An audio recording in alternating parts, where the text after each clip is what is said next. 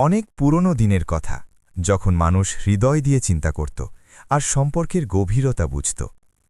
পারস্য দেশের এক প্রাচীন ও বিখ্যাত শহরের প্রান্তে, যেখানে গরিবদের বস্তি শুরু হতো, সেখানেই এক জরাজীর্ণ বাড়িতে এক বৃদ্ধ ব্যক্তি বাস করতেন, যাকে মানুষ বাবা ফরিদ নামে জানত। বাবা ফরিদের কোমর সময়ের ভারে নুয়ে গিয়েছিল। চেহারায় ছিল বলিরেখার জাল, কিন্তু তার চোখে ছিল এক অদ্ভুত উজ্জ্বলতা আর প্রশান্তি, যা দর্শকদের অবাক করে দিত।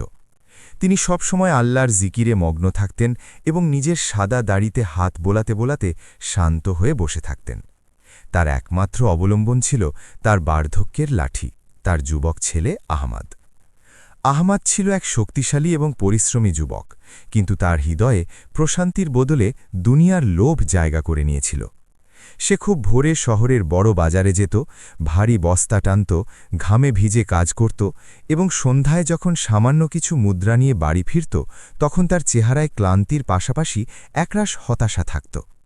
তার মনে হতো যে তার যৌবন শুধু বোঝা বইতেই কেটে যাচ্ছে এবং সে কখনো সেই জাঁকজমকপূর্ণ জীবন জামানোতে পারবে না, যা শহরের ধনী বণিকরা উপভোগ করে।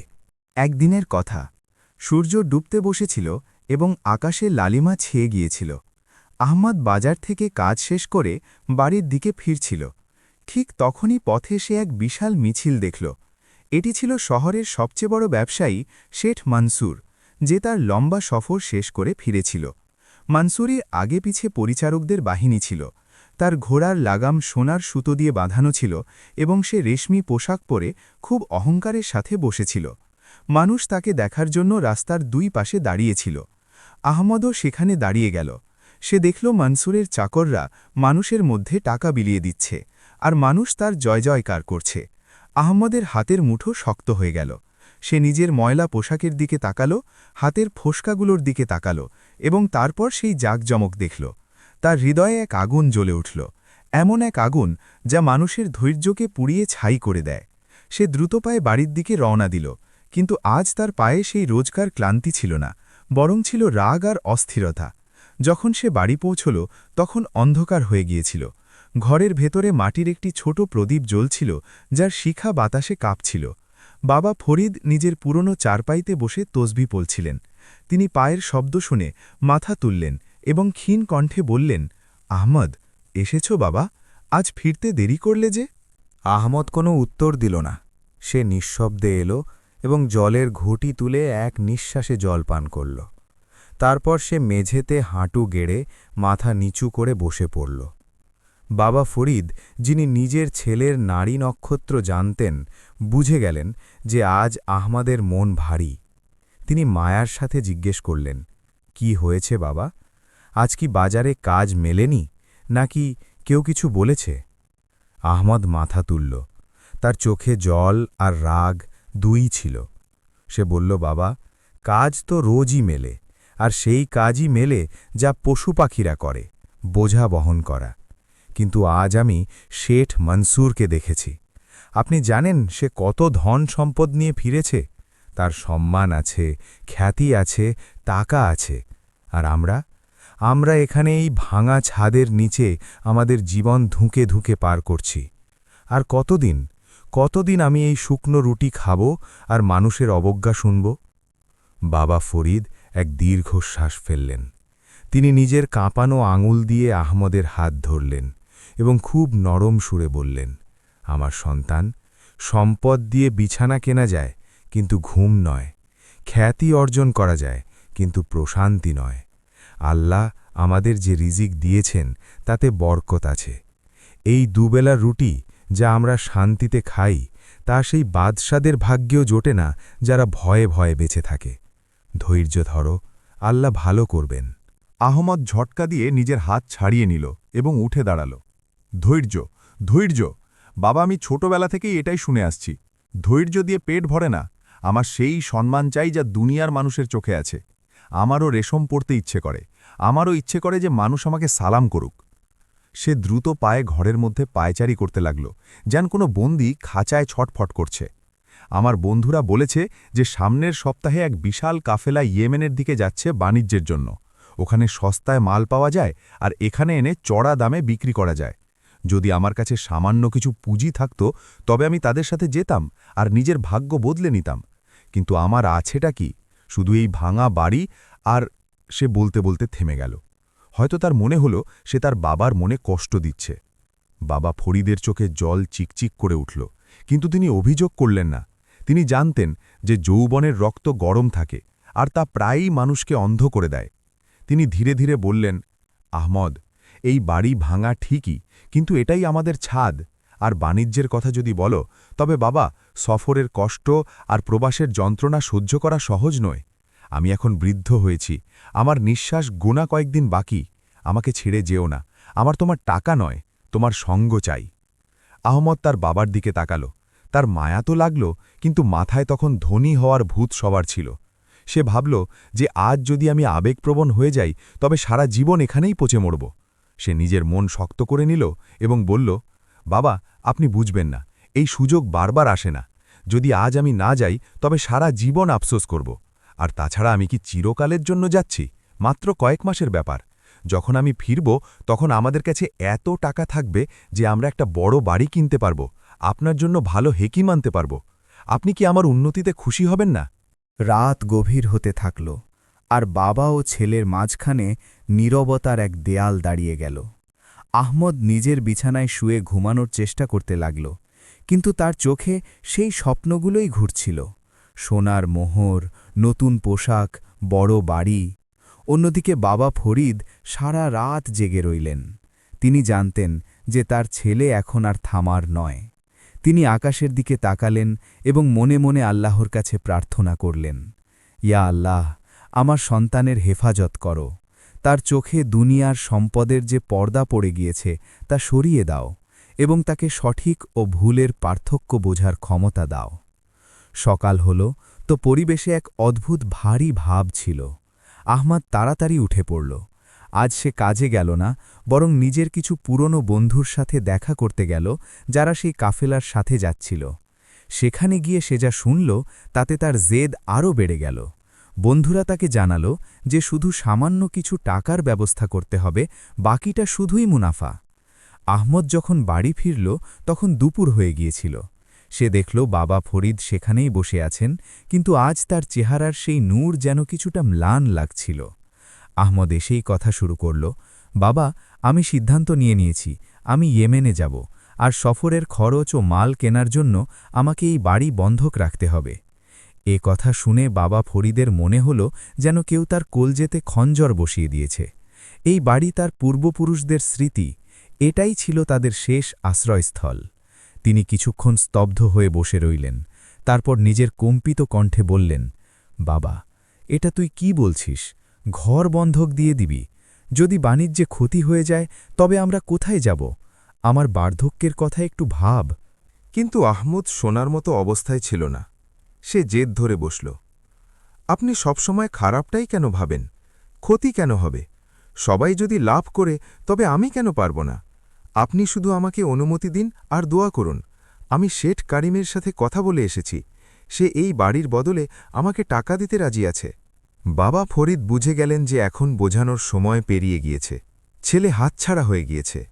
তিনি এক দীর্ঘ শ্বাস ফেললেন এবং চোখের জল মুছলেন। তিনি জানতেন যে এখন আটকানো বৃথা। তিনি ভাবলেন, হয়তো হোঁচট খেয়েই ওর শিক্ষা হবে। খুব দুঃখ ভরা গলায় বললেন, যদি তোর খুশি এটাই হয় আহমদ, তবে যা, কিন্তু মনে রাখিস, বাবার সন্তুষ্টিতেই আল্লাহর সন্তুষ্টি থাকে। তুই আমার মনে কষ্ট দিয়েছিস, কিন্তু আমি বাবা, তোকে বদদোয়া দিতে পারি না। যা, তোর শখ পূরণ কর। আহমদ আনন্দে আত্মহারা হয়ে গেল। তার মনে হল সে যেন কোনো বড় যুদ্ধ জয় করেছে। বাবার চোখের গভীরে লুকিয়ে থাকা সেই নিদারুণ কষ্ট তার নজরে পড়ল না। সেই একাকিত্ব যা এখন এই ঘরে প্রতিধ্বনিত হবে, তাও সে দেখল না। সে তক্ষুনি বাইরে দৌড়াল, যাতে শেঠ কারিমের থেকে টাকা নিয়ে সফরের প্রস্তুতি শুরু করতে পারে। সন্ধ্যা হতে হতে বাড়ির দলিল শেঠের কাছে চলে গেল, আর আহমদের পকেটে রূপোর মুদ্রাগুলো ঝনঝন করতে লাগল। তার চোখে এখনই বড়লোক হওয়ার স্বপ্ন নাচছিল, অথচ ঘরের ভেতরে এক বৃদ্ধ বাবা নিজের শূন্য হাত তুলে খোদার দরবারে কাঁদছিলেন। নিজের জন্য নয়, বরং নিজের সেই নাদান ছেলের জন্য, যে দুনিয়ার মায়াজালে হারিয়ে যাওয়ার জন্য প্রস্তুত হয়ে দাঁড়িয়েছিল। রাতের শেষ প্রহরে আমাদ নিজের মালপত্র বাঁধল, একটি ছোট পুঁটলি কাঁধে নিল। কাফেলার রওনা দেওয়ার সময় হয়ে এসেছিল। সে বাবা ফরিদের কাছে এলো, যিনি হয়তো ঘুমাননি, শুধু চোখ বুজে শুয়েছিলেন। বাবা, আমি যাচ্ছি, আমাদ বলল। তার গলায় কিছুটা জড়তা ছিল। বাবা ফরিদ চোখ খুললেন। তিনি ওঠার চেষ্টা করলেন, কিন্তু দুর্বলতার কারণে উঠতে পারলেন না। শুয়ে থেকেই তিনি নিজের কাঁপা হাতটি তুললেন। তার মুখ দিয়ে কথা বেরোচ্ছিল না, শুধু চোখ দিয়ে জল পড়ছিল, যা তার সাদা দাড়ি ভিজিয়ে দিচ্ছিল। আমাদ নিচু হয়ে তার হাত চুমু খেল না, শুধু দূর থেকেই খোদা হাফেজ বলে দরজার দিকে ফিরল। সে যখন চৌখাট পার হতে যাচ্ছিল, ঠিক তখনই বাবা ফরিদের আওয়াজ এলো, দাঁড়া বাবা। আমাদ থমকে গেল। তিনি কি এখনও আটকাতে চান? সে ফিরে তাকাল। বাবা ফরিদ নিজের বালিশের নিচ থেকে একটি পুরনো ক্ষয় হয়ে যাওয়া তাবিজে বাঁধা মাদুলি এবং কিছু জমানো মুদ্রা বের করলেন, যা হয়তো তিনি নিজের দাফন কাফনের জন্য বাঁচিয়ে রেখেছিলেন। এই নে, প্রবাসে কাজে আসবে। আর শোন, নামাজ ছাড়বি না, আর কখনো কারো হক মারবি না। আমার দোয়া তোর সাথে আছে, তুই যত দূরেই চলে যা না কেন। আমাদ সেই মুদ্রা আর মাদুলি নিল, সেগুলো পকেটে ভরে পিছন ফিরে না তাকিয়েই দ্রুত অন্ধকারে মিলিয়ে গেল, সেই সফরের দিকে যা তার জীবন বদলে দেবার কথা ছিল। কিন্তু কিভাবে বদলে দেবে তা তার জানা ছিল না। আমাদ দ্রুত অন্ধকারে মিলিয়ে গিয়েছিল। তার পা এখন সেই দিকে বাড়ছিল যেখানে শহরের বাইরে বড় ময়দানে ইয়েমেনগামী কাফেলা জমা হয়েছিল।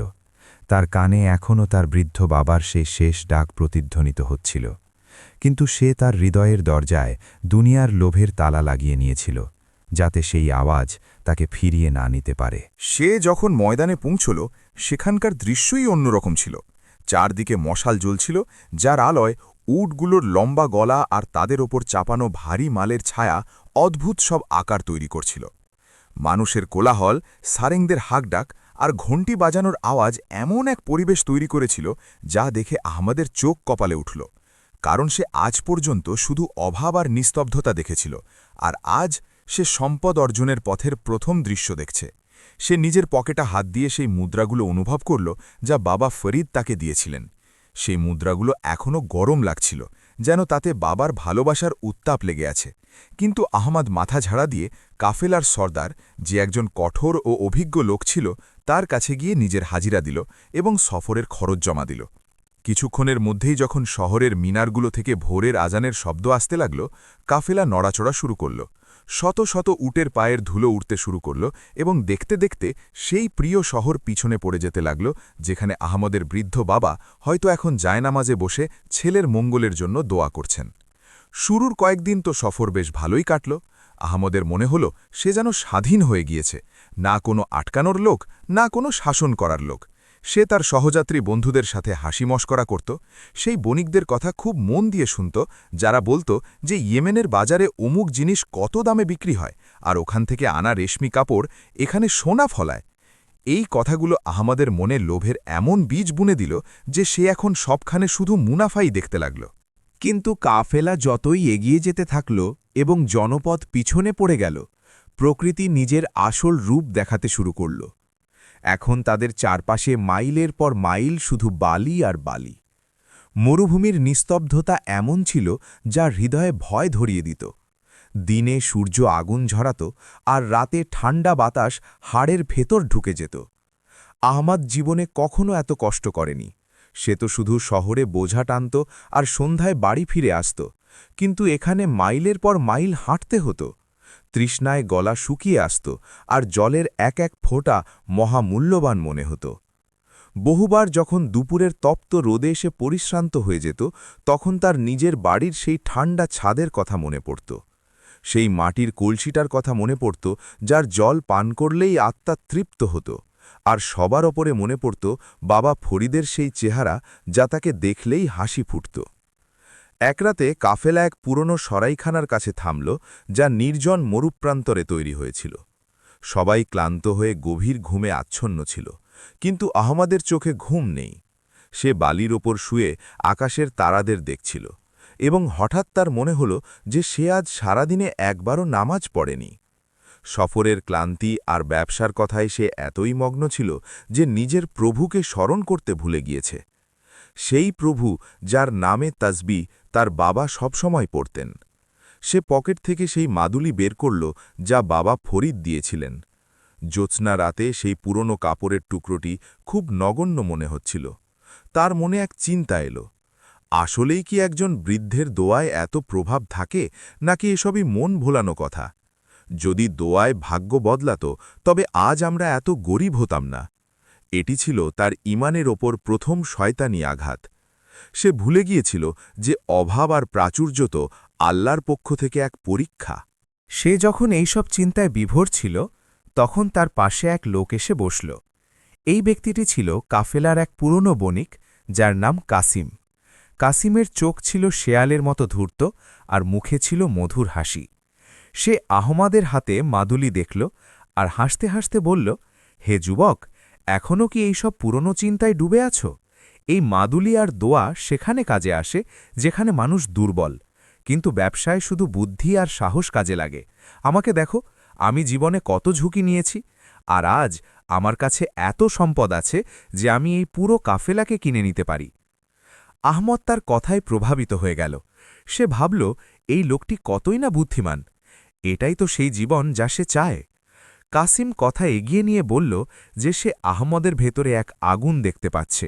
সে অন্য শ্রমিকদের মতো নয়। যদি সে তার সঙ্গ দেয়, তবে ইয়েমেন পৌঁছানোর আগেই তারা বড় মুনাফা করতে পারবে। আহমদ অবাক হয়ে জিজ্ঞেস করল, সেটা কিভাবে? কাসিম নিচু স্বরে বলল যে সামনে এক বসতি আছে যেখানে খুব সহজ সরল মানুষ থাকে।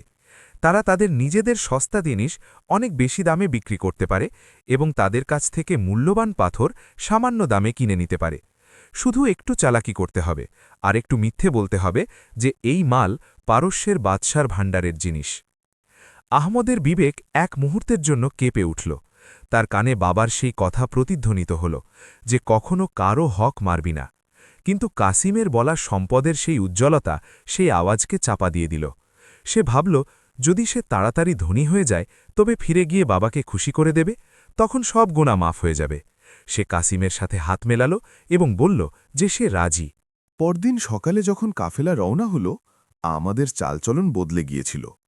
এখন সে তার পুরনো বন্ধুদের সাথে কম কথা বলত আর কাসিমের সাথে বেশি সময় কাটাত। তার হাঁটা চলায় এক কৃত্রিম অহংকার চলে এলো। 2 দিন পর সেই বসতি এলো যার কথা কাসিম বলেছিল। সেখানকার মানুষ সত্যিই খুব সাদাসিধা ছিল। কাসিম আর আহমদ মিলে তাদের খুব বোকা বানালো। তারা সাধারণ কাপড়কে রাজকীয় পোশাক বলে বিক্রি করল এবং সেই গরিবদের কষ্টের উপার্জিত অর্থ ঠকিয়ে নিল। সন্ধ্যায় যখন তারা ওখান থেকে বের হলো, আমাদের পকেট ভর্তি ছিল। সে প্রথমবার পরিশ্রম ছাড়াই এত টাকা পেয়েছিল এবং তার আনন্দের সীমা ছিল না। তার মনে হলো এটাই আসল সফলতা। কিন্তু সে জানত না যে হারামের গ্রাস মানুষের হৃদয়কে কালো করে দেয়। রাতে যখন সে ঘুমাতে গেল, সে এক ভয়াবহ স্বপ্ন দেখল।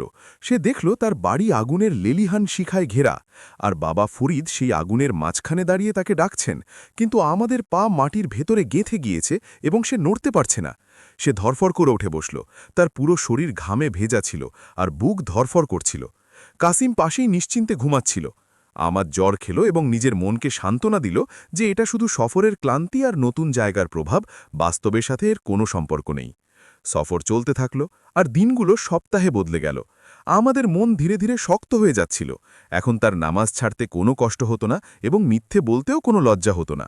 সে ভুলে গিয়েছিল যে তার নিরাপত্তা তার হাতের শক্তি নয়, বরং সেই বৃদ্ধ বাবার দোয়া করছে যাকে সে পিছনে ফেলে এসেছে। একদিন কাফেলা এক অত্যন্ত বিপজ্জনক এলাকায় প্রবেশ করতে যাচ্ছিল, যাকে বলা হতো ওয়াদিয়ে সারাব। এটি ছিল 2টি পাহাড়ের মাঝখানে এক সরু রাস্তা, যেখানে প্রায়ই ডাকাতরা লুকিয়ে থাকত এবং যেখানে আবহাওয়া এক নিমেষে বদলে যেত। কাফেলার সর্দার সবাইকে সতর্ক করে দিল যে আজকের রাত তাদের না থেমে এই উপত্যকা পার করতে হবে। কেউ যেন পিছনে না পড়ে এবং নিজের মালের হেফাজত নিজে করে। মানুষের চেহারায় ভয় পরিষ্কার দেখা যাচ্ছিল, কিন্তু আহমদ, যে এখন তার উপার্জিত টাকা আর কাসিমের সঙ্গে নেশায় চুর ছিল, সেই বিপদকে ঠাট্টা মনে করল। সে কাসিমকে বলল, এই লোকগুলো কত ভীতু, তাদের কাছে তলোয়ার আছে, তারা যুবক, কোনো ডাকাত তাদের কি ক্ষতি করবে? কাসিম হাসতে হাসতে বলল, একদম ঠিক বলেছ, ওরাই ভয় পায় যাদের হারানোর কিছু নেই। সূর্য ডোবার সাথে সাথে কাফেলা সেই সরু উপত্যকায় প্রবেশ করল। দুই পাশে উঁচু উঁচু কালো পাহাড় দেখে মনে হচ্ছিল যেন দৈত্য দাঁড়িয়ে আছে। বাতাসে এক অদ্ভুত শোঁ শোঁ শব্দ ছিল। অন্ধকার এত গভীর ছিল যে নিজের হাতও দেখা যাচ্ছিল না। হঠাৎ আবহাওয়া বদলে গেল। প্রবল ঝোড়ো হাওয়া বইতে শুরু করল এবং ধূলিঝড় উঠল। উটগুলো ভয় পেয়ে এদিক ওদিক ছুটতে লাগল এবং মানুষের মধ্যে হুড়োহুড়ি পড়ে গেল। সর্দার চিৎকার করে বলতে লাগল, একসাথে থাকো, কিন্তু ঝড়ের শব্দে তার ডাক ডুবে গেল। এই বিশৃঙ্খলার মধ্যে আহমদের উটটি ভয় পেয়ে রাস্তা ছেড়ে পাহাড়ের দিকে দৌড়াতে লাগল। আহমদ তাকে নিয়ন্ত্রণ করার অনেক চেষ্টা করল, কিন্তু সব বৃথা। সে কাফেলা থেকে বিচ্ছিন্ন হয়ে গেল। কিছুক্ষণ পর ঝড় তো থেমে গেল, কিন্তু আহমদ নিজেকে একা পেল। নিশ্ছিদ্র অন্ধকারে অচেনা জায়গায় সে চিৎকার করে ডাকল, কিন্তু সেখানে শুধু তার নিজের গলার আওয়াজ প্রতিধ্বনিত হয়ে ফিরে এলো। ভয়ের এক শীতল স্রোত তার মনে বয়ে গেল। সে পকেটে হাত দিল। টাকা তো আছে, কিন্তু এখন সেই টাকা দিয়ে সে রাস্তা কিনতে পারবে না। ঠিক তখনই সে দূরে পাহাড়ের ওপরে কিছু মশাল জ্বলতে দেখল। প্রথমে তার মনে হলো হয়তো কাফেলা ওখানেই আছে। সে খুশিতে সেই দিকে দৌড়াল, কিন্তু যতই সে কাছে পৌঁছল সে ঘোড়ার খুরের শব্দ আর কিছু ভয়ানক হাসির আওয়াজ শুনতে পেল। তারা বণিক ছিল না, তারা ছিল এই উপত্যকার সেই ভয়ঙ্কর দস্যু যাদের নাম শুনলে বড় বড় বীররাও কেঁপে যেত। দুর্ভাগ্যক্রমে আহমদ সোজাসুজি তাদের আড্ডার দিকে যাচ্ছিল, অসহায় ও নিরুপায় হয়। সেই মুহূর্তে সে বুঝতে পারেনি সে কত বড় বিপদে পড়তে যাচ্ছে, এবং এখন তার নিজের শক্তি নয়, বরং কোনো অলৌকিক সাহায্যই তাকে বাঁচাতে পারত। কিন্তু সেই সাহায্য কি আসবে, যেখানে সে তার বাবার উপদেশ সব ভুলে গিয়েছে? আহমদ অন্ধকারে পথ হারিয়ে সেই মশালগুলোর দিকে ছুটে গিয়েছিল এই আশায় যে তারা হয়তো তার কাফেলার মানুষ, কিন্তু ভাগ্যের নির্মম পরিহাসে সে নিজের পায়ে হেঁটে বিপদের গহ্বরে গিয়ে পড়ল। যেমনই সে সেই আলোর কাছে পৌঁছল, হঠাৎ চারপাশ থেকে ভয়ানক হাসির আওয়াজ প্রতিধ্বনিত হতে লাগল। সে ভয়ে পেয়ে চারদিকে তাকিয়ে দেখল যে সে কয়েকজন বণিকের মাঝে নয়, বরং একদল হিংস্র দস্যুর ঘেরাওয়ের মধ্যে আছে। তাদের চেহারা ধোঁয়া আর ধুলোয় মাখা ছিল, চোখে ছিল নিষ্ঠুরতা, আর হাতে খোলা তলোয়ার চিকচিক করছিল। আহমদের পায়ের নিচ থেকে মাটি সরে গেল। সে ফিরে পালানোর চেষ্টা করল, কিন্তু এক শক্তিশালী হাত তার ঘাড় চেপে ধরল এবং তাকে মাটিতে আছাড় দিল। এটি ছিল ওই ডাকাতদের সর্দার, যার নাম ছিল জব্বার, এমন এক ব্যক্তি যার হৃদয়ে দয়া বলে কিছু ছিল না। আহমদ, যে এতক্ষণ সম্পদের নেশায় বুঁদ ছিল, চিৎকার করে উঠল, আমাকে মেরো না, আমার কাছে অনেক টাকা আছে, রূপোর মুদ্রা আছে, সব নিয়ে নাও, কিন্তু আমাকে ছেড়ে দাও। জব্বার এক অট্টহাসি দিল এবং নিচু হয়ে আহমদের পকেট থেকে সেই থলিটি ছিনিয়ে নিল, যেখানে সেই হারামের মুনাফা আর বাবার দেওয়া হালাল মুদ্রা সব মিশেছিল। জব্বার থলিটি বাতাসে উড়িয়ে বলল, মূর্খ মুসাফির, তোর এই মাল তো এখন এমনিতেই আমাদেরই। এখানে বাদিয়ে সারাবে জীবনের দাম এই মুদ্রা দিয়ে মাপা হয় না। এখানে সেই বাঁচে যাকে মৃত্যু ভুলে যায়। কথা বলে সে তার লোকদের ইশারা করল। তারা আহমদকে দড়ি দিয়ে বেঁধে টেনে হিঁচড়ে পাহাড়ের নিচে এক গভীর ও অন্ধকার গুহার দিকে নিয়ে গেল। যখন আহমদকে সেই গুহার ভেতর ধাক্কা দেওয়া হলো, তার মনে হলো কেউ তাকে জীবন্ত কবরে নামিয়ে দিয়েছে।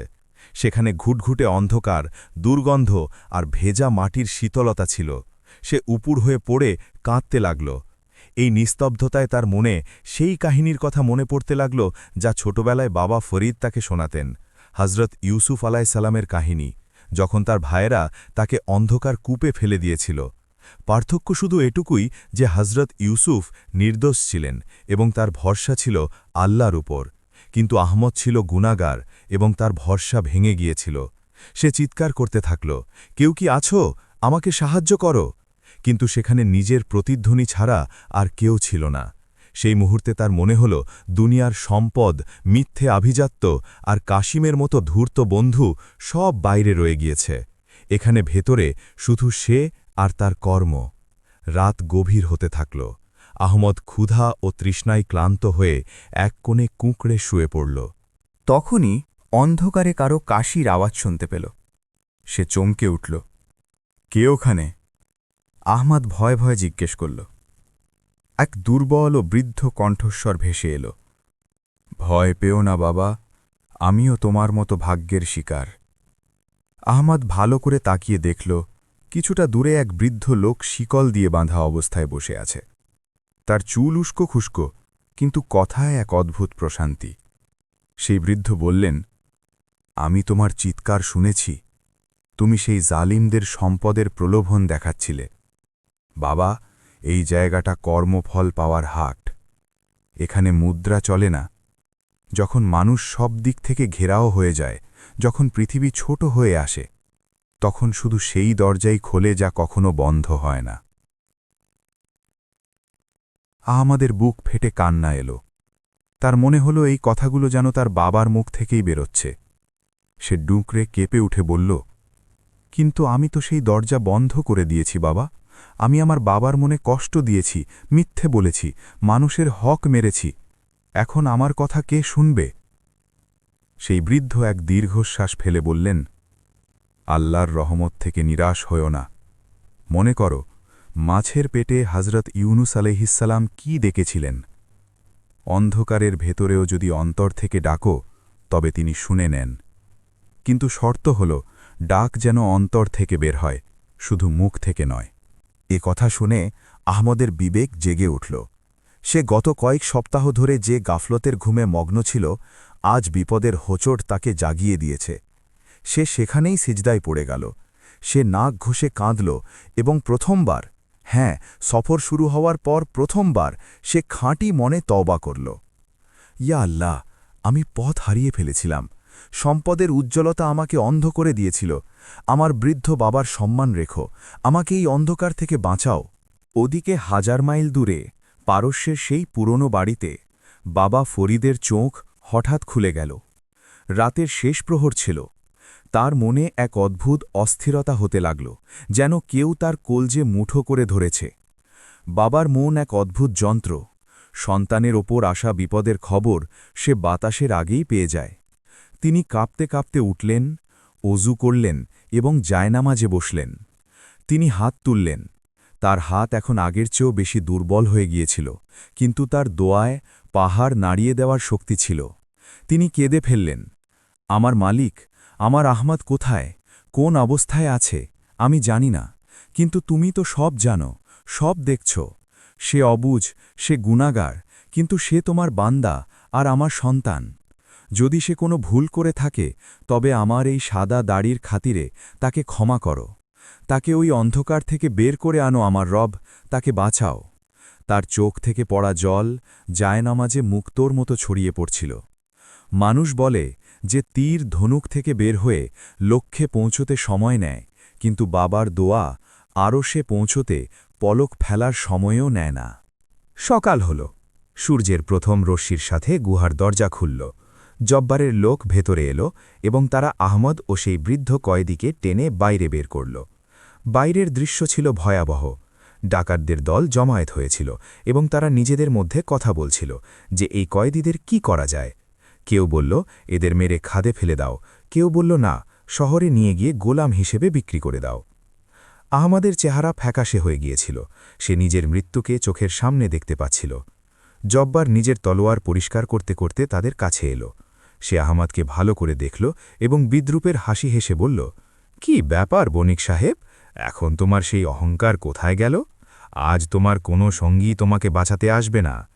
আহমদ মাথা নিচু করে ধীরে ধীরে বলল, আমার সঙ্গী তিনি, যিনি চোখে দেখা যান না, কিন্তু সব কিছু দেখছেন।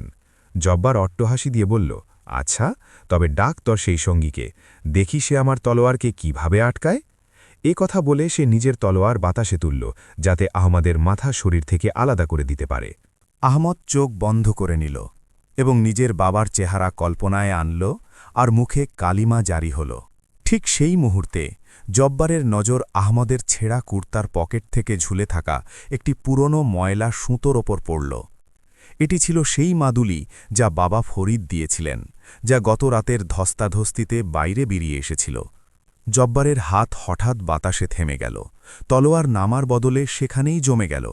জব্বার সেই মাদুলিটির দিকে তাকাল এবং তার চেহারা, যা সবসময় রাগে লাল থাকত, হঠাৎ সাদা হয়ে গেল। সে কাঁপা গলায় জিজ্ঞেস করল, এই জিনিস তুই কোথায় পেলি? বল, এই মাদুলি কার? আহমদ অবাক হয়ে গেল। সে ভয়ে ভয়ে উত্তর দিল, এটা আমার বাবার। তিনি সফরে আসার সময় আমাকে দিয়েছিলেন। জব্বার তলোয়ার ফেলে দিল এবং আহমদের কাছে গিয়ে তার মুখ ভালো করে দেখতে লাগল, যেন সে কোনো পুরনো ছবি চেনার চেষ্টা করছে। তোর বাবার নাম কি? কোথায় থাকেন তিনি? জব্বারের গলায় এখন আর হুমকি নয়, বরং এক অদ্ভুত অস্থিরতা ছিল। তার নাম ফরিদ, বাবা ফরিদ। আমরা পারস্য শহরের প্রান্তে থাকি, আহমদ উত্তর দিল। নাম শোনা মাত্রই জব্বার 2 কদম পিছিয়ে গেল। তার কপালে ঘাম জমে গেল। সব ডাকাত অবাক হয়ে তাদের সর্দারকে দেখছিল যে আজ পর্যন্ত কালো ওপর দয়া করেনি, সে এক সামান্য মাদুলিয়ার নাম শুনে এত ঘাবড়ে গেল কেন? জব্বার এক দীর্ঘশ্বাস নিল। তার চোখে অতীতের ছায়া ভেসে উঠতে লাগল। মনে হচ্ছিল কোনো খুব পুরনো কাহিনী, কোনো চাপা পড়ে থাকা সত্য আজ বহু বছর পর মাটি ফুঁড়ে বাইরে বেরিয়ে এসেছে। সে ঘুরে তার লোকদের বলল, এই ছেলেকে ছেড়ে দাও, ওর হাত খুলে দাও। সবাই হতবাক হয়ে গেল। এক ডাকাত সামনে এসে বলল, সর্দার, এটা আপনি কি বলছেন? এই শিকার আমাদের হাতে এসেছে, একে এভাবেই ছেড়ে দেব? জব্বার গর্জে উঠে বলল, আমি বলেছি একে ছেড়ে দাও। যদি এই ছেলের গায়ে একটা আঁচড়ও লাগে, তবে আমি তোদের সবার ঘাড় উড়িয়ে দেব। তারপর সে আহমাদের দিকে ফিরল। তার চোখে এখন রক্তের বদলে আর্দ্রতা। সে ধীরে ধীরে বলল, হে যুবক, তুই জানিস না তুই কার ছেলে, আর এই মাদুলি স্রেফ একটা কাপড় নয়। যদি আজ এটা তোর গলায় না থাকত, তবে আমার হাত তোর রক্তে রঞ্জিত হতো এবং আমি কিয়ামত পর্যন্ত নিজেকে মাফ করতে পারতাম না। আহমদ পুতুলের মতো দাঁড়িয়ে রইল। সে বুঝতে পারছিল না যে এই মাদুলি আর তার গরিব বাবার সাথে এই নিষ্ঠুর ডাকাতের কি সম্পর্ক থাকতে পারে। বাবা ফরিদ কি কেবল একজন সাধারণ শ্রমিক ছিলেন, নাকি তার জীবনে এমন কোনো রহস্য ছিল যা তিনি আজ পর্যন্ত নিজের ছেলের কাছে লুকিয়ে রেখেছিলেন? জব্বার আহমদের হাত ধরল এবং তাকে সম্মানের সাথে নিজের তাঁবুর দিকে নিয়ে যাওয়ার ইশারা করল। আমার সাথে এসো, তোমার এখনও অনেক কিছু জানা বাকি আছে। আর শুকরিয়া আদায় করো তোমার ওই বাবার, যার দোয়া আজ তলোয়ারের ধারকেও মোড় ঘুরিয়ে দিয়েছে। বাতাসের গতিপথ বদলে গিয়েছিল। যে আহমাদ কয়েক পল আগে মৃত্যুর মুখে ছিল, এখন সে মেহমান হয়ে গিয়েছিল। কিন্তু প্রশ্ন ছিল এই যে বাবা ফরিদ আর এই দস্যু সর্দারের মধ্যে কি সম্পর্ক ছিল, আর এই রহস্য উন্মোচনের পর আহমাদের জীবন কোন নতুন মোড় নিতে যাচ্ছিল? সর্দার জব্বার আহমদের হাত ধরল এবং তাকে নিজের তাঁবুর ভেতরে নিয়ে গেল। এই তাঁবুটি বাইরে থেকে যতটা ভয়ানক আর সাধারণ মনে হতো, ভেতরটা ততটাই আরামদায়ক আর চমৎকার ছিল। মেঝের ওপর দামি ইরানি কার্পেট বিছানো ছিল, দেয়ালে পুরনো তলোয়ার ঝুলছিল এবং একপাশে সুরাহিতে শরবত রাখা ছিল। জব্বার আহমদকে সম্মানের সাথে মাসনাদে বসালো এবং নিজে তার সামনে আদব বজায় রেখে বসল। সেই জব্বার, যার নামে পুরো মরুভূমি থরথর করে কাঁপত, আজ একজন সাধারণ ছেলের সামনে এমনভাবে বসেছিল যেন কোনো অপরাধী আদালতে হাজির হয়েছে। সে নিজের চাকরকে ইশারা করল যে তৎক্ষণাৎ এসে আহমদের হাত ধুইয়ে দিল এবং পান করার জন্য ঠান্ডা জল দিল। আহমদ তখনও ঘোরের মধ্যে ছিল। সে বুঝতে পারছিল না এটা স্বপ্ন নাকি বাস্তব। কোথায় সেই মৃত্যুর তলোয়ার, আর কোথায় এই হঠাৎ মেহমানদারি? জব্বার সেই পুরনো মাদুলিটি নিজের হাতের তালুতে রাখল এবং অনেকক্ষণ গভীর দৃষ্টিতে সেটির দিকে তাকিয়ে রইল, যেন ওটা কোনো মাদুলি নয়, বরং তার ফেলে আসা অতীতের কোনো আয়না। তারপর সে এক দীর্ঘ ও ভারী নিঃশ্বাস নিল এবং বলল, হে যুবক, তুমি অবাক হয়েছ না যে দস্যু সর্দার কেন তোমার সামনে ঝুঁকে আছে? তুমি ভাবছ হয়তো তোমার গরিব ও দুর্বল বাবা, যিনি সারাদিন বোঝা বহন করেন, তার সাথে এই মরুভূমির বাদশার কি সম্পর্ক? আহমদ নিঃশব্দে হ্যাঁ সূচক মাথা নাড়ল। জব্বারের চোখে জল টলমল করতে লাগল। সে বলল, যাকে তুমি বাবা ফরিদ বলো আর যাকে দুনিয়া একজন সাধারণ শ্রমিক মনে করে, তিনি একসময় এক পুরো খুরাসান আর পারস্যের সবচেয়ে বড় বণিক ছিলেন।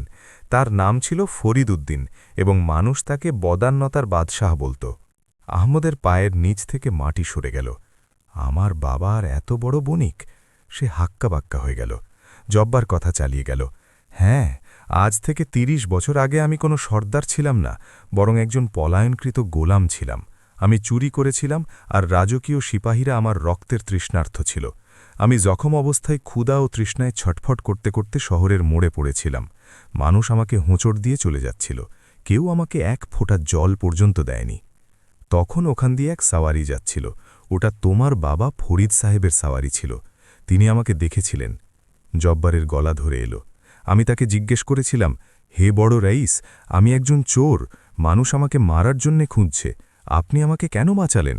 তখন তিনি যে উত্তর দিয়েছিলেন তা আজও আমার কানে প্রতিধ্বনিত হয়। তিনি বলেছিলেন, জব্বার, মানুষ অপরাধী হতে পারে, কিন্তু সে আল্লাহর সৃষ্টি। আমি যদি তোমাকে মরতে দিতাম, তবে কেয়ামতের দিন নিজের প্রভুকে কি মুখ দেখাতাম? হয়তো আমার সেবায় তোমার মন বদলে যাবে। তিনি শুধু আমার চিকিৎসাই করেননি, বরং আমাকে লুকিয়ে রেখেছিলেন, আর আমি যখন সুস্থ হলাম তখন আমাকেই মাদুলি দিলেন এবং অনেক টাকা দিয়ে বললেন, যাও, কোনো নতুন ও সম্মানের কাজ শুরু করো, আর কখনো কারও হক মেরো না। জব্বার রাগে মুষ্টি শক্ত করল এবং বলল, কিন্তু আমি হতভাগা ছিলাম। আমি তার টাকা দিয়ে ব্যবসা করিনি, বরং অস্ত্র কিনে অপরাধ জগতে চলে এলাম। কিন্তু তোমার বাবার সাথে কি হয়েছিল তা কি তুমি জানো? সেই দিনগুলোতে শহরে এক ভয়াবহ দুর্ভিক্ষ পড়েছিল। মানুষের কাছে খাওয়ার মতো দানা ছিল না। অন্য বণিকরা গম আর শস্য গুদামে লুকিয়ে ফেলেছিল, যাতে চড়া দামে বিক্রি করতে পারে। কিন্তু ফরিদ সাহেব, তিনি নিজের সব গুদাম খুলে দিলেন, একদম বিনামূল্যে। তিনি নিজের সব সম্পদ, সোনা দানা, সব কিছু গরিবদের মাঝে বিলিয়ে দিলেন। এমনকি তার নিজের বড় বাড়িটিও বিক্রি হয়ে গেল, যাতে ক্ষুধার্ত মানুষের পেট ভরে। মানুষ তাকে পাগল বলতো। জব্বার হাসল, এমন এক হাসি যাতে যন্ত্রণা ছিল। দুনিয়া বলতো তিনি ধ্বংস হয়ে গিয়েছেন, কিন্তু তিনি বলতেন, আমি আমার সওদা আল্লাহর সাথে করেছি, আর তাতে লোকসান হয় না। তিনি ধনী থেকে গরিব হয়ে গেলেন, প্রাসাদ থেকে কুড়ে ঘরে এলেন, কিন্তু তিনি কারো সামনে হাত পাতেননি, আর কোনো হারাম মুনাফায় হাত দেননি। আর তুমি সেই মহান বাবার ছেলে হয়ে সম্পদের লোভে এখানে চলে এলে। তোমার লজ্জা লাগল না নিজের সেই বাবাকে ছেড়ে আসতে, যিনি জামানার আসল বাদশাহ? আহমদের মাথা লজ্জায় নুয়ে গেল।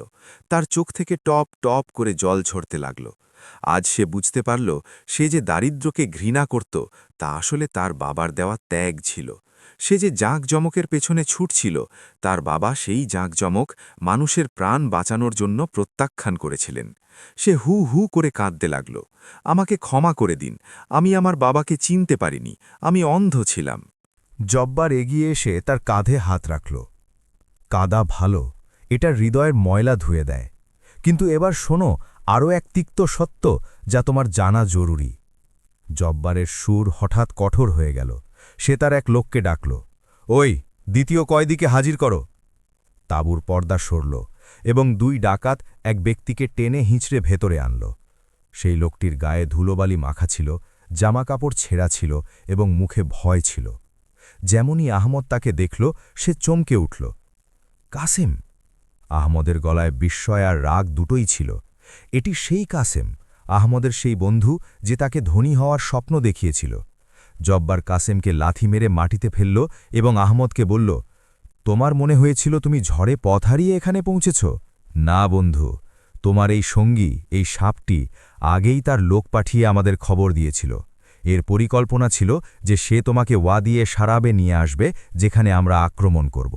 ঠিক হয়েছিল যে আমরা তোমাকে মেরে ফেলব আর তোমার সব মাল লুটে নেব, আর বিনিময়ে এই কাসেম ভাগ পাবে এবং সে ফিরে গিয়ে তোমার বাবাকে বলবে যে আহমদ ঝড়ে হারিয়ে গিয়েছে। আহমদ বজ্রাহত হল। যে মানুষের ওপর সে নিজের বাবার চেয়েও বেশি ভরসা করেছিল, যার কথায় সে নামাজ ছেড়েছিল, মিথ্যা বলেছিল আর ধোঁকা দিয়েছিল, সেই ব্যক্তিটিই তার মৃত্যুর সওদা করেছিল। কাসেম হাতে পায়ে ধরল। আহমদ ভাই, আমাকে মাফ করে দাও। আমি শয়তানের প্ররোচনায় পড়ে গিয়েছিলাম। টাকা মানুষকে অন্ধ করে দেয়। আহমদ উঠে দাঁড়াল। তার ভেতরে রাগ টকবক করছিল। সে চাইলে কাসিমের গলা টিপে ধরতে পারত, কিন্তু ঠিক তখনই তার বাবা ফরিদের কথা মনে পড়ল। ধৈর্য ধরো, আল্লাহ ভালো করবেন। আর একটু আগেই জব্বার বলেছিল কিভাবে তার বাবা একজন চোরকে ক্ষমা করেছিলেন। আহমদ নিজের মুষ্টি খুলে দিল। সে জব্বারের দিকে তাকাল এবং বলল, একে মারবেন না, একে যেতে দিন। এর শাস্তি এর বিবেক, আর আমার বদলা আল্লাহ নেবেন। আমি আমার বাবার ছেলে, আমি হাত নোংরা করব না। জব্বার অবাক হয়ে আহমদের দিকে তাকালো এবং তারপর জোরে বলল, সুবহানাল্লাহ, এখন মনে হচ্ছে তুমি সত্যিই ফরিদ সাহেবের রক্ত। রক্ত নিজের প্রভাব দেখায়। সে কাসিমকে ধাক্কা দিল। ভাগ এখান থেকে, পিশাচ! আমার মত বদলে যাওয়ার আগেই পালা, আর সাবধান, যদি কখনো পারস্যের দিকে মুখ করেছিস। কাসিম নিজের প্রাণ বাঁচাতে সেখান থেকে এমন ভাগে পালালো যেন শিকারী কুকুর পেছনে লেগেছে। রাত অনেক হয়েছিল। জব্বার আহমদের সামনে সোনা ও রূপোর মোহর ভর্তি একটি থলি রাখল। এটি সেই টাকা যা ডাকাতরা আহমদের কাছ থেকে ছিনিয়ে নিয়েছিল, এবং তার সাথে অতিরিক্ত সম্পদও ছিল। এই নাও, জব্বার বলল, এটা তোমার মাল, আর এটা আমার পক্ষ থেকে তোমার বাবার খেদমতে নজরানা। তুমি কি এখনও ইয়েমেনে যেতে চাও বাণিজ্যের জন্য? আহমাদ সেই সম্পদের দিকে তাকাল।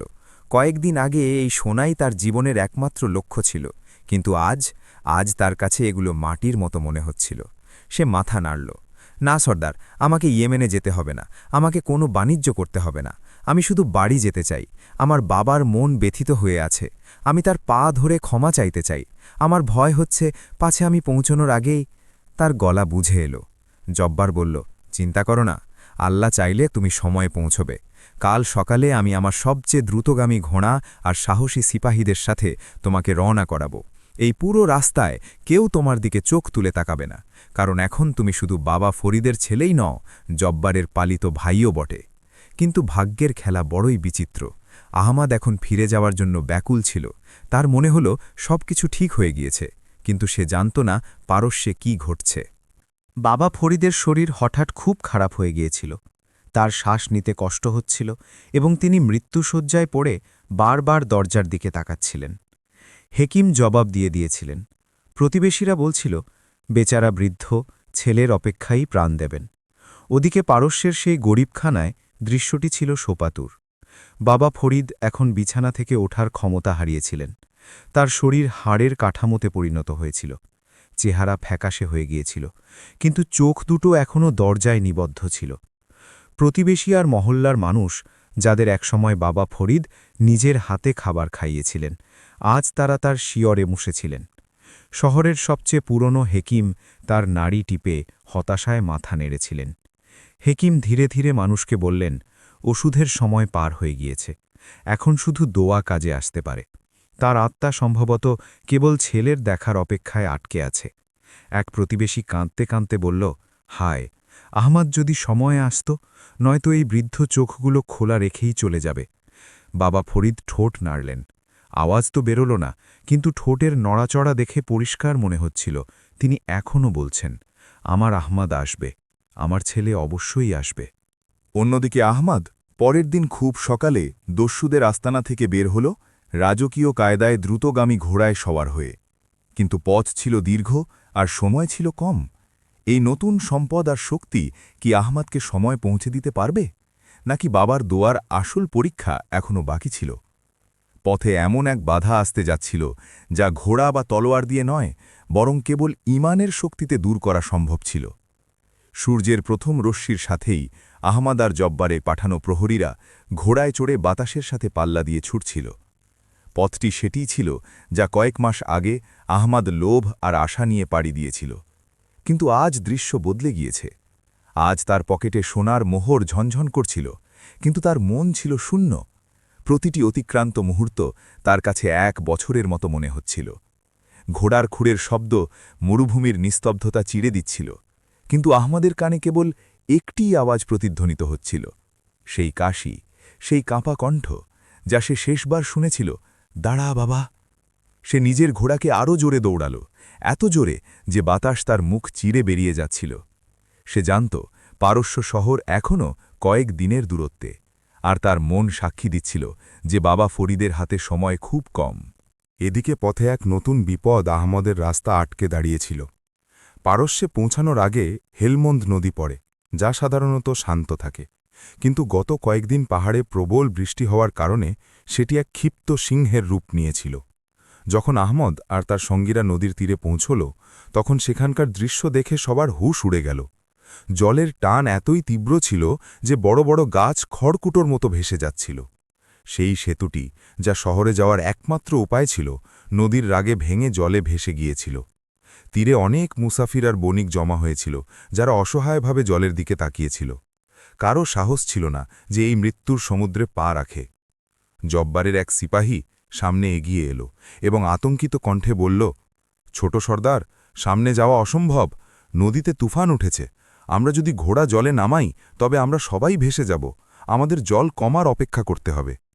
আহমদ পাগলের মতো চিৎকার করে উঠল, অপেক্ষা? আমার হাতে সময় নেই, আমার বাবা মরছেন, আমি এখানে তীরে বসে তাকে হারাতে পারি না। সিপাহী বোঝাল, কিন্তু হুজুর, জীবন আগে, এমন জলে নামা মানে আত্মহত্যা। আহমদ ঘোড়া থেকে নেমে নদীর তীরে গিয়ে দাঁড়াল। ঢেউগুলো গর্জন করছিল যেন তাকে চ্যালেঞ্জ জানাচ্ছে। সে আকাশের দিকে তাকালো এবং অজান্তে কাঁদতে লাগল। ইয়া আল্লাহ, তুমি আমাকে ডাকাতদের হাত থেকে বাঁচালে, আমাকে সঠিক পথ দেখালে।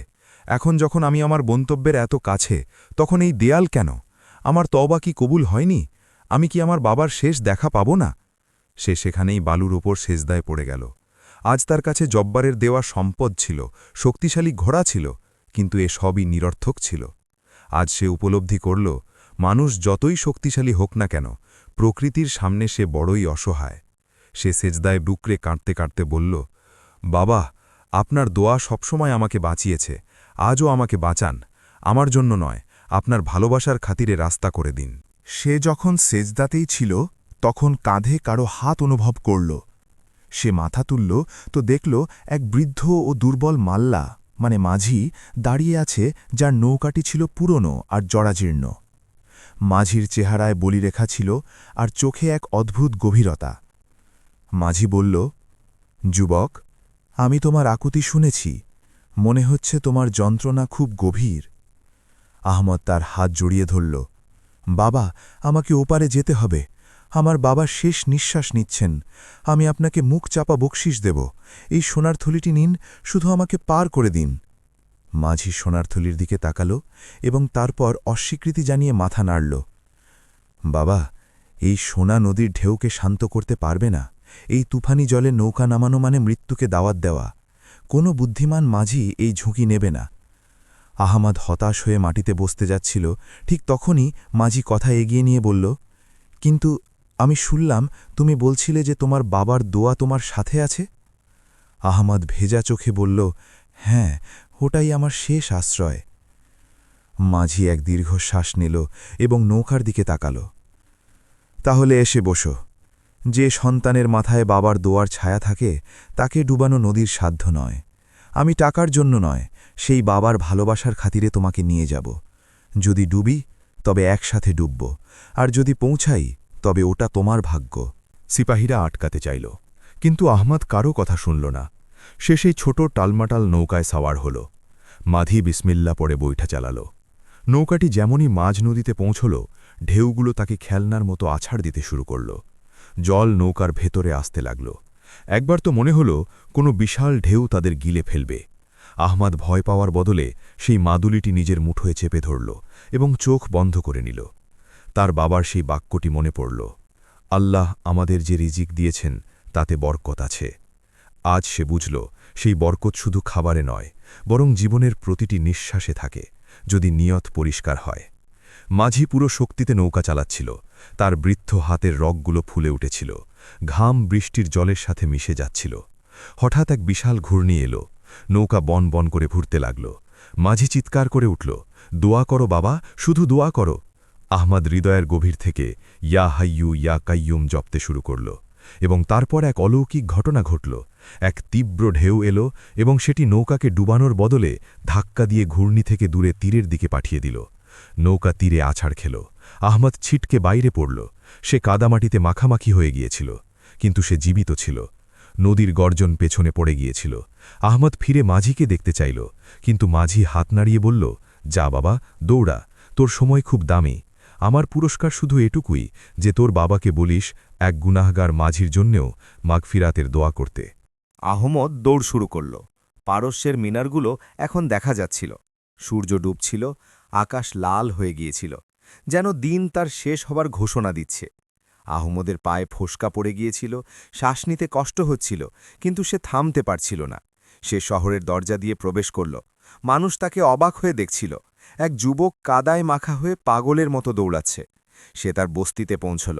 গলিটি সেই একই ছিল, বাড়িটিও একই ছিল, কিন্তু আজ সেখানে এক অদ্ভুত নিস্তব্ধতা ছিল। তার বাড়ির বাইরে মানুষের ভিড় জমা হয়েছিল, এবং সেই ভিড় ছিল নীরব। কেউ কাঁদছিল না, কেউ কথা বলছিল না, কেবল এক ভারী নিস্তব্ধতা ছিল, যা চিৎকারের চেয়েও বেশি ভয়ানক হয়। আহমদের পা টলে উঠল, তার বুক ধড়ফড় করা বন্ধ হয়ে গেল। আমি কি দেরি করে ফেললাম? এই প্রশ্নটি তার মস্তিষ্কে হাতুড়ির মতো বাজতে লাগল। সে ভিড় চিরে সামনে এগিয়ে গেল। মানুষ তাকে দেখল এবং রাস্তা করে দিল। তাদের চোখে সহমর্মিতা ছিল। আহমদ দরজায় পৌঁছল। ভিতর থেকে আলো আসছিল। সে কাঁপা হাতে পর্দা সরাল। সামনে দৃশ্যটি ছিল এই যে বাবা ফরিদ সাদা চাদরে ঢাকা অবস্থায় সোজা হয়ে শুয়েছিলেন। তার মুখ কেবলার দিকে ছিল এবং চোখ দুটো বন্ধ ছিল। ঘরে উপস্থিত হেকিম আহমদকে দেখলেন এবং ধীরে ধীরে মাথা নিচু করে নিলেন। আহমদের মুখ দিয়ে এক অব্যক্ত চিৎকার বেরোল। সে দৌড়ে তার বাবার পায়ের ওপর লুটিয়ে পড়ল। বাবা, আমি এসে গিয়েছি, চোখ খুলুন বাবা, দেখুন আমি এসে গিয়েছি, আমি সেই সব সম্পদ ফেলে এসেছি, আমার কিছু চাই না, শুধু একবার আমাকে বাবা, সন্তান বলে ডাকুন। সে তার বাবার ঠান্ডা হয়ে যাওয়া হাত দুটোকে নিজের তপ্ত অশ্রুতে ভিজিয়ে দিল। সত্যিই কি কাহিনী এখানেই শেষ হয়ে গেল?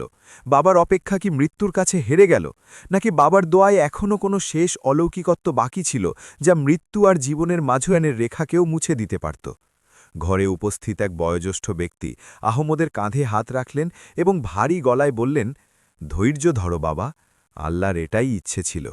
কিন্তু ঠিক তখনই আহমদের মনে হল যে হাতটি সে ধরে আছে সেটির আঙুলে এক সামান্য নড়াচড়া হয়েছে।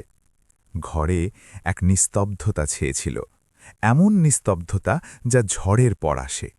কিন্তু আহমদের জন্য এই নীরবতা কেয়ামতের চেয়ে কম কিছু ছিল না। সে তার বাবার ঠান্ডা হয়ে যাওয়া হাত ধরে কাঁদছিল, আর হেকিম সাহেবও নিরাশ হয়ে মাথা নিচু করেছিলেন। কিন্তু ঠিক সেই মুহূর্তে প্রকৃতি সেই অলৌকিকত্ব দেখাল যার আশা বুদ্ধিমানদের ছিল না, কিন্তু প্রেমাসক্তদের সবসময় থাকে। আহমদ অনুভব করল যে বাবা ফরিদের সেই বৃদ্ধ ও দুর্বল আঙুলগুলো তার হাতকে হালকা করে চেপে ধরেছে। প্রথমে তার মনে হল হয়তো এটা তার মনের ভুল, হয়তো শোকের কারণে তার মস্তিষ্ক তাকে ধোঁকা দিচ্ছে। কিন্তু ঠিক পরের মুহূর্তেই বাবা ফরিদের বুক, যা একদম নিথর হয়ে গিয়েছিল, তাতে এক সামান্য নড়াচড়া হল এবং এক ক্ষীণ কাশির শব্দ বেরোল। হেকিম, যিনি সেখান থেকে যাবার জন্য নিজের জিনিসপত্র গোছাচ্ছিলেন, তিনি ধড়ফড় করে ফিরে তাকালেন এবং দ্রুত বাবার নাড়িতে হাত রাখলেন। তার চোখ অবাক হয়ে বড় বড় হয়ে গেল। তিনি জোরে বললেন, সুবহান আল্লাহ, এ তো অলৌকিক ঘটনা! নিঃশ্বাস ফিরে আসছে, হৃৎস্পন্দন যা ডুবে গিয়েছিল তা আবার জেগে উঠছে। মনে হচ্ছে আত্মা শরীর থেকে বেরোতেই যাচ্ছিল, কিন্তু কোনো শক্তি তাকে দরজা থেকে ফিরে টেনে এনেছে। আহমদ অবিশ্বাস ভরা চোখে মাথা তুলল। তার ঝাপসা চোখ দেখল যে বাবা ফরিদের চোখের পাতা, যা একটু আগেই বন্ধ হয়ে গিয়েছিল, তা ধীরে ধীরে কাঁপকা শুরু করেছে, যেন কেউ 100 বছরের ঘুম থেকে জাগছে। ঘরে উপস্থিত মানুষদের মুখ থেকে আল্লাহু আকবার ধ্বনি বেরোতে লাগল। বাবা ফরিদ খুব কষ্টে নিজের চোখ খুললেন। তার দৃষ্টি ঝাপসা ছিল, ছাদের দিকে তাকিয়েছিলেন। তারপর ধীরে ধীরে ঘুরে আহমদের মুখের ওপর এসে স্থির হল। সেই মুখটি দেখার জন্য যার চোখ পাথর হয়ে গিয়েছিল, আজ সেই মুখটিই তার সামনে ছিল। তার শুকনো ঠোঁটে এক অতি ক্ষীণ কিন্তু প্রশান্তির হাসি ফুটে উঠল। তিনি কিছু বলার চেষ্টা করলেন, কিন্তু আওয়াজ গলায় আটকে গেল। আহমাদ তৎক্ষণাৎ বুঝে গেল। সে দ্রুত জলের পেয়ালা তুলল এবং 1 চামচ জল তার মুখে দিল। এটিই সেই জল যা পান করার জন্য তিনি তৃষ্ণার্ত ছিলেন। নিজের সন্তানের হাত থেকে আবে হায়াত জল গলায় নামতেই বাবা ফরিদের মধ্যে সামান্য প্রাণ এল। তিনি নিজের কাঁপানো কণ্ঠে, যা কোনো শুকনো পাতার খসখসানির মতো ছিল, বললেন, আহমাদ, এসেছ বাবা, আমি জানতাম তুমি আসবে। আমার মৃত্যু আমার সাথে লড়ছিল, কিন্তু আমি মালাকুল মাউতের কাছে সময় চেয়ে নিয়েছিলাম যে যতক্ষণ না আমার চোখ নিজের নূরকে দেখতে পায়, আমি যাব না। আহমাদের মন চুরমার হয়ে গেল। সে হু হু করে কাঁদতে লাগল এবং নিজের মাথা তার বুকের ওপর রাখল। বাবা, আমাকে ক্ষমা করে দিন, আমি অনেক বড় অপরাধী। আমি আপনার মনে কষ্ট দিয়েছি।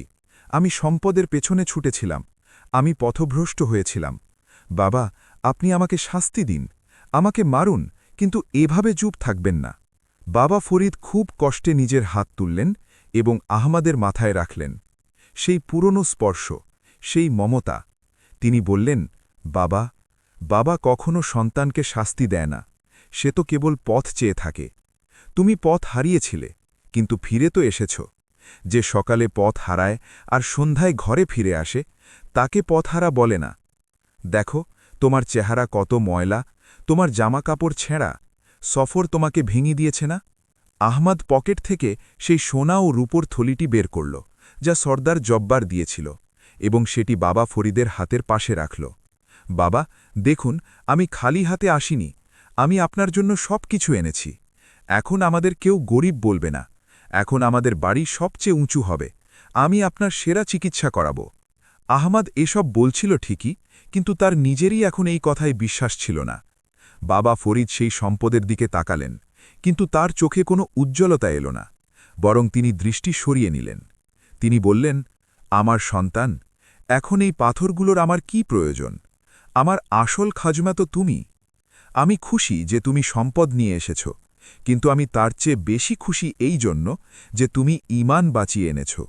আমি সেই মাঝির নৌকায় তোমার ডাক শুনে নিয়েছিলাম, যখন তুমি বলেছিলে যে বাবার দোয়া আমার সাথে আছে। ঠিক ওখানেই তোমার তওবা কবুল হয়ে গিয়েছিল। ঘরে নিস্তব্ধতা ছিল, সবাই দেয়ালের সাথে মিশে এই দৃশ্য দেখছিল। বাবা ফরিদের শ্বাস এখন আবার ফুরিয়ে আসছিল, তার সময় পূর্ণ হয়ে গিয়েছিল। সেই যে ধার করা জীবন তিনি পেয়েছিলেন তা এখন শেষ হচ্ছিল। তিনি আহমদের হাত নিজের হাতের মুঠোয় নিলেন এবং শক্ত করে ধরলেন। আহমদ, আমার কথা মন দিয়ে শোনো। জীবনে কখনো উঁচুতে পৌঁছানোর জন্যে আপনজনদের লাশের ওপর পা দিও না। এই পৃথিবী এক সরাইছানা, এখানে আমরা সবাই মুসাফির। আমি আমার যৌবনে সবকিছু বিলিয়ে দিয়েছিলাম যাতে প্রশান্তি কিনতে পারি, আর তুমি তোমার যৌবন খরচ করে দিলে যাতে সম্পদ জমাতে পারো।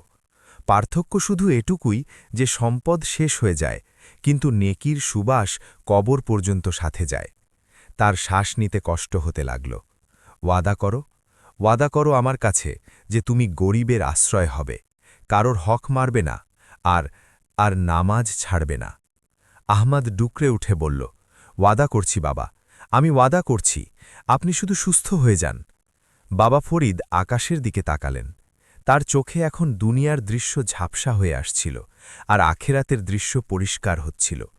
তার চেহারায় এমন এক উজ্জ্বলতা এলো যা আগে কখনো দেখা যায়নি। তিনি ধীরে ধীরে কালিমায়ে শাহাদাত পড়লেন, আশহাদু আল্লা ইলাহা ইল্লাল্লাহ, এবং শেষবারের মতো আহমদকে দেখলেন। তার চোখ দুটো হাসল এবং তারপর চিরকালের জন্য বন্ধ হয়ে গেল। হাতের মুঠো ঢিলে হয়ে গেল এবং ঘাড় একপাশে নুয়ে পড়ল। এইবার হেকিম আর নারী দেখলেন না, কারণ সবাই জানত যে বাবা দরজায় চোখ পেতে বসেছিলেন, তিনি এখন তার প্রভুর মেহমানখানায় পৌঁছে গিয়েছেন।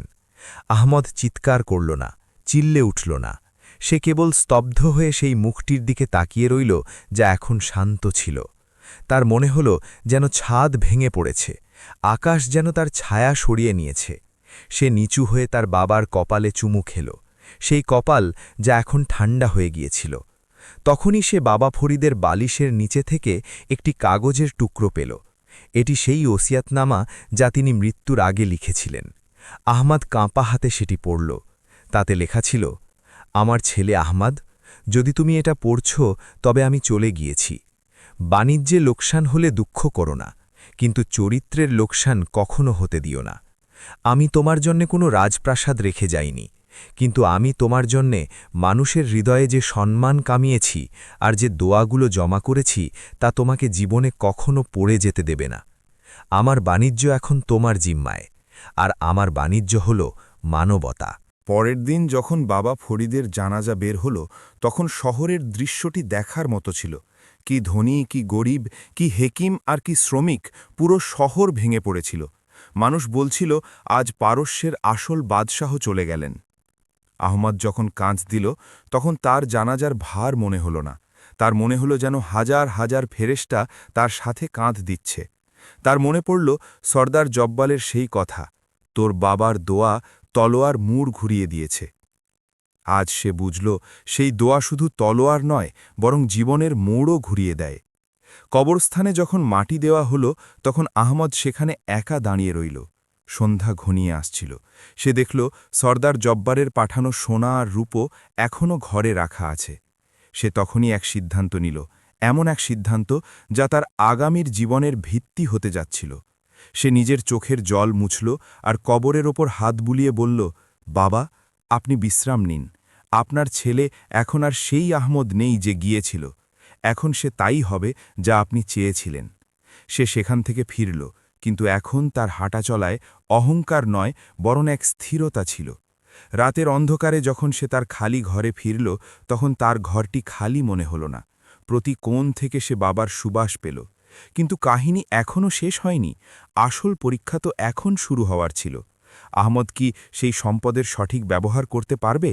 সে কি সত্যিই বাবার দোয়ার বরকত দুনিয়ার সামনে প্রমাণ করতে পারবে, নাকি সময়ের ধুলো তাকে আবার পুরনো পথে নিয়ে যাবে? কবরস্থানের নিস্তব্ধতা আর ঘরের একাকিত্ব আহমদকে ভেতর থেকে নাড়িয়ে দিয়েছিল। কিন্তু সে যেমন ওয়াদা করেছিল সে ভেঙে পড়ল না। রাতের শেষ প্রহর ছিল, শহর ঘুমিয়েছিল, কিন্তু আহমদের চোখে ঘুমের নামগন্ধ নেই। সে তার আঙিনায় বিছানো সেই পুরনো মাদুরে বসেছিল যেখানে বাবা ফরিদ প্রায়ই বসে তিলাওয়াত করতেন। তার সামনে সেই সোনা আর রূপোর থলিটি রাখা ছিল যা সর্দার জব্বার তাকে দিয়েছিল। সেই সম্পদ যার জন্য সে নিজের ঈমান বিক্রি করতে চলেছিল, আজ সেটি তার পায়ের কাছে পড়েছিল। কিন্তু এখন তার উজ্জ্বলতা আহমদকে প্রলুব্ধ করছিল না, বরং তাকে দায়িত্বের কথা মনে করিয়ে দিচ্ছিল। সে আকাশের দিকে তাকালো যেখানে তারাগুলো মিটমিট করছিল এবং নিচু স্বরে কথা বলল, বাবা, আপনি বলেছিলেন আমার বাণিজ্য এখন তোমার জিম্মায়। আজ আমি এই সম্পদকে সাক্ষী রেখে ওয়াদা করছি যে এই সোনা আমার আরাম আয়েসে নয়, বরং সেই চোখের জল মুছতে খরচ হবে যা আপনি আপনার সারা জীবনে মানুষের চোখ থেকে বইতে দেননি। সকাল হলে মানুষ ভেবেছিল আহমদ এখন বড় লোক হয়ে যাবে, নতুন প্রাসাদ বানাবে, চাকর বকর রাখবে। কিন্তু যখন দরজা খুলল তখন দৃশ্যটি অন্যরকম ছিল। আহমদ সবার আগে সেই ভাঙা ঘরটি মেরামত করাল, কিন্তু রাজপ্রাসাদ বানানোর জন্য নয়, বরং সে তার ঘরের দরজা চিরকালের জন্য মুসাফির আর গরিবদের জন্য খুলে দিল। সে ঘোষণা করাল যে আজ থেকে এই ঘর থেকে কেউ ক্ষুধার্ত ফিরে যাবে না। সর্দার জব্বারের দেওয়া অর্ধেক মাল সে শহরের এতিম আর বিধবাদের মাঝে বিলিয়ে দিল, আর বাকি থাকা টাকা দিয়ে সে সেই পুরনো ব্যবসা শুরু করল যা একসময় তার দাদারা করতেন, কাপড়ের বাণিজ্য। কিন্তু এবার নিয়ম ছিল আলাদা।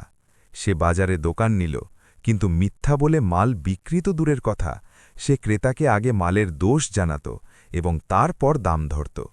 মানুষ শুরুতে তাকে নিয়ে হাসি ঠাট্টা করত। বাজারের পুরনো বণিকরা বলত, এই ছেলেটা পাগল হয়ে গিয়েছে, সত্য বলে ব্যবসা হয় নাকি কখনো? এটা 2 দিনেই দেউলিয়া হয়ে যাবে। কিন্তু তারা ভুলে গিয়েছিল যে আহম্মদের মাথায় সেই বাবার হাত ছিল যিনি আল্লাহর সাথে সওদা করেছিলেন। আর তারপর তাই হল যার উল্লেখ মহাপুরুষদের কাহিনীতে পাওয়া যায়, বরকত। আহম্মদের দোকানে ক্রেতাদের ভিড় লেগে গেল।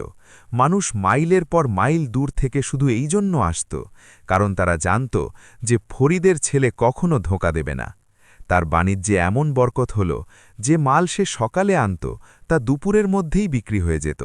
যেখানে অন্য বণিকরা মুনাফা করার জন্য তৃষ্ণার্থ ছিল, সেখানে আহম্মদের সম্পদ দিন দিন বাড়তেই থাকল। কিন্তু যত টাকা আসত আহম্মদ ততই বিনয়ী হতো।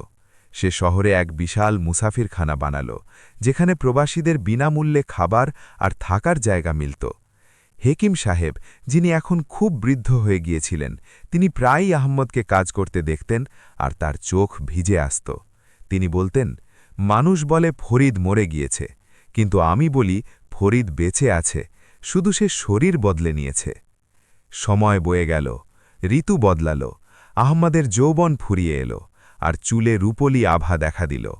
এখন মানুষ তাকে শেঠ আহম্মদ নয়, বরং বাবা আহম্মদ বলতে লাগল। তার খ্যাতি পারস্য ছাড়িয়ে ইয়েমেন, শাম আর মিশর পর্যন্ত পৌঁছে গিয়েছিল। কিন্তু এই খ্যাতি তার ভেতরে বিন্দুমাত্র অহংকার জন্ম দেয়নি।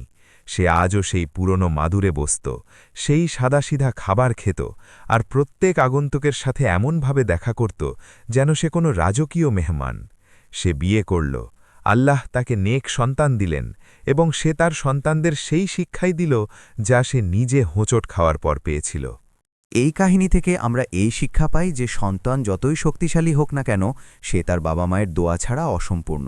দুনিয়ায় সফলতা পরিশ্রম দিয়ে মেলে, কিন্তু বরকত কেবল আর কেবল আদব আর খেদমত দিয়েই মেলে। বাবার ছায়া ঘরের ছাদের মতো হয়, ততক্ষণ রোদ আর তুফান থেকে বাঁচায় যতক্ষণ ওটা থাকে, আর যখন চলে যায় তখন মানুষ উপলব্ধি করে সে কত বড় আশ্রয় ছিল।